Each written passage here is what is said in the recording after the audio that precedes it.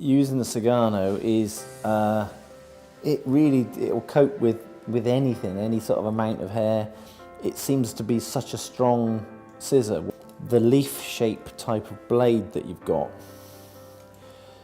it actually creates a little bit more weight in the blade of the scissor, so it makes the cutting action a little more effortless. The underneath blade that sat against your finger, sat against your hand, is really quite comfortable to slide across your fingers, so it makes the process a lot smoother and a lot more fluid.